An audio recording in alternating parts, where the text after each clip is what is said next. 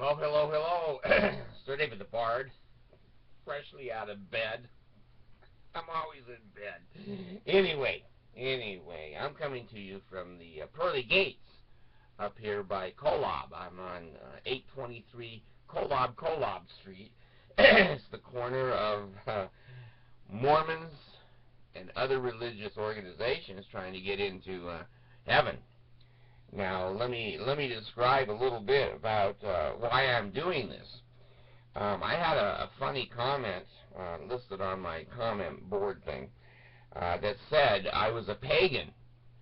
A pagan. Now, I've always wondered what I am. I thought I was Caucasian. I don't know. Maybe I am pagan. I don't know where the pagan nation is, and I don't know the mystery of my birth, but, you know, little horns keep growing out of my head. I just shave the damn things off. Anyway, I don't know if the Bard is a pagan or not. I'm standing here at the pearly gates, and I'm noticing that there's some angels out front here, and that the Mormons are in one line. Now, how can you tell they're Mormons? Okay, they're dead, but they took their garments with them. So here we are.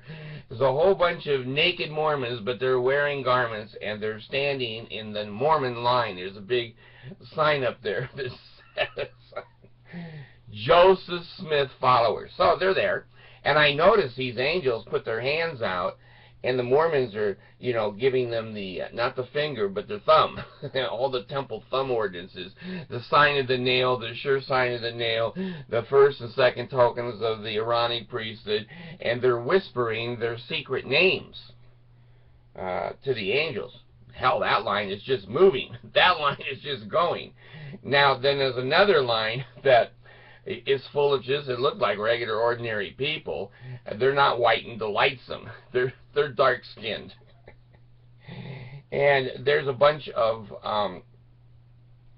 boom boxes up on their shoulders, and they're rocking out to the tabernacle choir. And they're getting in slowly. The line moves very slow there, because a lot of them throw themselves down and break dance, and you've got all kinds of rappers standing on the side of the line trying to rap and get money. So anyway. Now, there's another line that I'm in.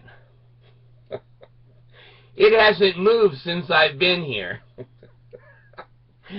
I'm trying to give signs, tokens, and symbols. In fact, I got a sign that says, I'll sell my signs, tokens, and symbols to the highest bidder. And I haven't had anyone except a couple of black kids come over and say, how much? So anyway, my line ain't moving. Now, my line is the pagan line.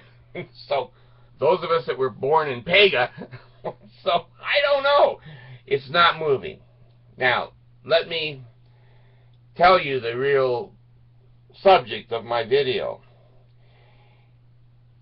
Why Mormons are so delighted to condemn me to hell, outer darkness.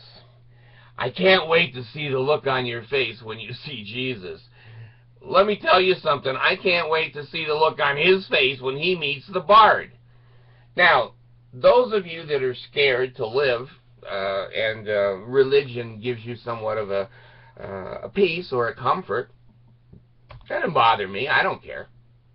Here's what bothers me a little bit. I'm not happy with the Jesus story at all. Guys walking on water and raising dead people. You know, I'm not into that. Now, here's what I'm into, and I'm serious now. I'm never serious. The hatred, the wars, the starvation, and the disease on this planet is either caused or not alleviated by your Jesus. Now, when I say this to a Mormon, say, oh, we're being tested. We're being tested. Bullshit. This is a piece of the puzzle of Christianity that doesn't fit any church. Doesn't fit any church. Take a young child, 3 months, 5 months old, and hold it in your arms and watch it starve to death.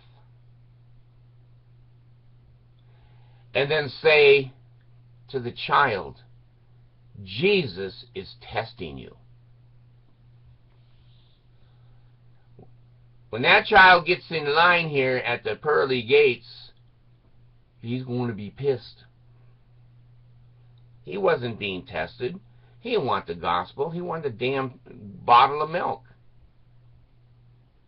The wars and the atrocities of wars.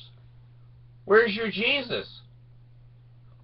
Most of your wars are caused by Jesus followers. If you're a Christian and you like the Crusades, hey. If you're the Mormons and you like the Danites, hey. Is Jesus asleep? Now, all of those that you think that I'm going to fall on my knees and every tongue confess that Jesus is the Christ, you're full of shit.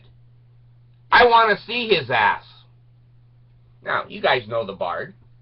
I'm not bullshitting you. I'm not bullshitting you. Power and authority means nothing to me. Nothing to me.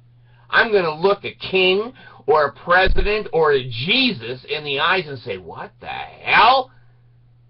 What the hell? Look what you created down there. Where the hell are you? Why are you silent? Why are you invisible? Are you partying up here? Do you not see the suffering, supposedly, of your children? What father in his right mind would watch that baby starve to death if he was a king and all-powerful? You don't think he'd give the baby a bottle? So, those of you that think I'm going to tremble and fear when I show up, you're wrong. The Bard don't change. I've sat before judges and very powerful people, and right is right and wrong is wrong, and the Bard is not influenced. I have a tremendous sense of what's right, and this ain't right. Now, the reason I keep living and I can't die, I think I'm one of the 3 Nephites, is Jesus doesn't want to meet with the Bard. He's scared. Because I'm going to do it in public. I'm not going to let him pull me in a little bishop's office and ask, do I masturbate so I feel guilty? I'm going to stand up to him and say, hey, this is the Bard, the masturbation king. Let's have a big open meeting. I don't want any secrets. Do you like secrets? Or is everything sacred? Everything is sacred. And by the way, that funny underwear you're wearing is stupid. Now, let's sit down and have a talk about where the hell you've been. Why don't you alleviate pain? Well, some of the Mormons say, well, you know, I was suffering really, really bad, and my arm was just, you know, killing me, the pain. And I had a blessing from the Mormon church. It didn't fix anything, so the doctor cut my arm off. And the Mormons will say, see, there's Jesus. He took that pain away. You don't understand. His ways are not our ways. Well, you know, his ways are the highway. He runs from problems. He runs from people like me. He didn't do too well in the Mormon church with Satan, did he? 1/3 of the people followed Satan and goes, you're full of shit, Jesus.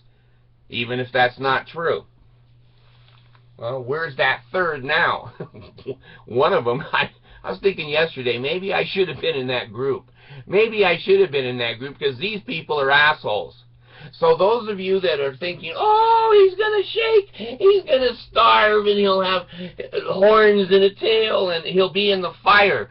Screw you. If I am, I'll start my own church. I'll start to say, okay, all of the 14-year-old girls that are burning down here, come over here.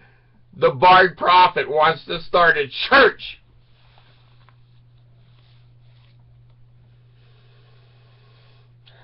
Where's your Jesus that he didn't tell Monson to let the gay people marry each other? Who cares who's married to who? People want to live in a commune or a group or have 3 or 4 husbands or 9 or 10 wives or 2 or 3 trees that they're married to. Who gives a rat's ass? I want to ask Jesus, where the hell were you, Jesus? Where the hell was you when all of those black people couldn't have the priesthood and it was a joke? Brigham Young goes, hey, I screwed you guys. And you didn't stop him. Where were you when the church for 175 years has hated gay and lesbian people? We fooled you. Jesus, you're not there. I'm talking to myself on a camera. And if you are there, if there's any way I can kick your ass when I get there, by the way, my children have treated me because of this goddamn religion and cult, I will. The Bard is coming to kick ass. Not to be afraid, not to be intimidated, not to be humble and meek and mild. I will be strong and fearless. I will say to your face, Jesus, where the hell were you? I lived down there for 60, 70 years. I never saw anything good come from you. You're one of the worst fathers I've ever seen. Some people say, oh, well, the Bard, he wasn't a great father. Well, let me tell you something. Let me tell you something. I'm 1,000, 1,000,000 times better than Jesus at fatherhood. I don't test my children letting them starve to death in front of my eyes.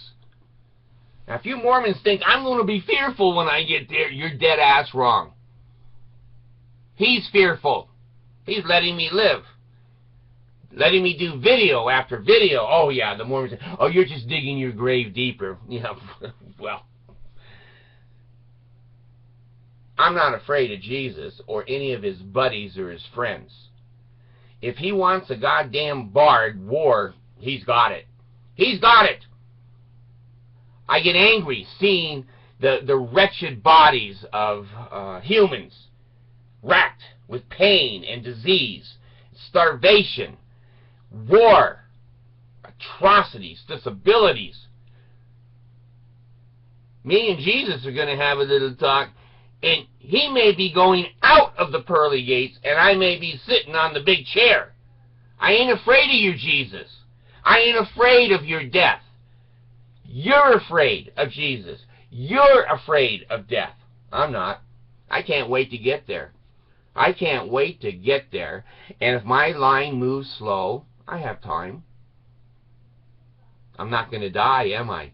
I'm already dead. Tell me, Jesus, where the hell you were.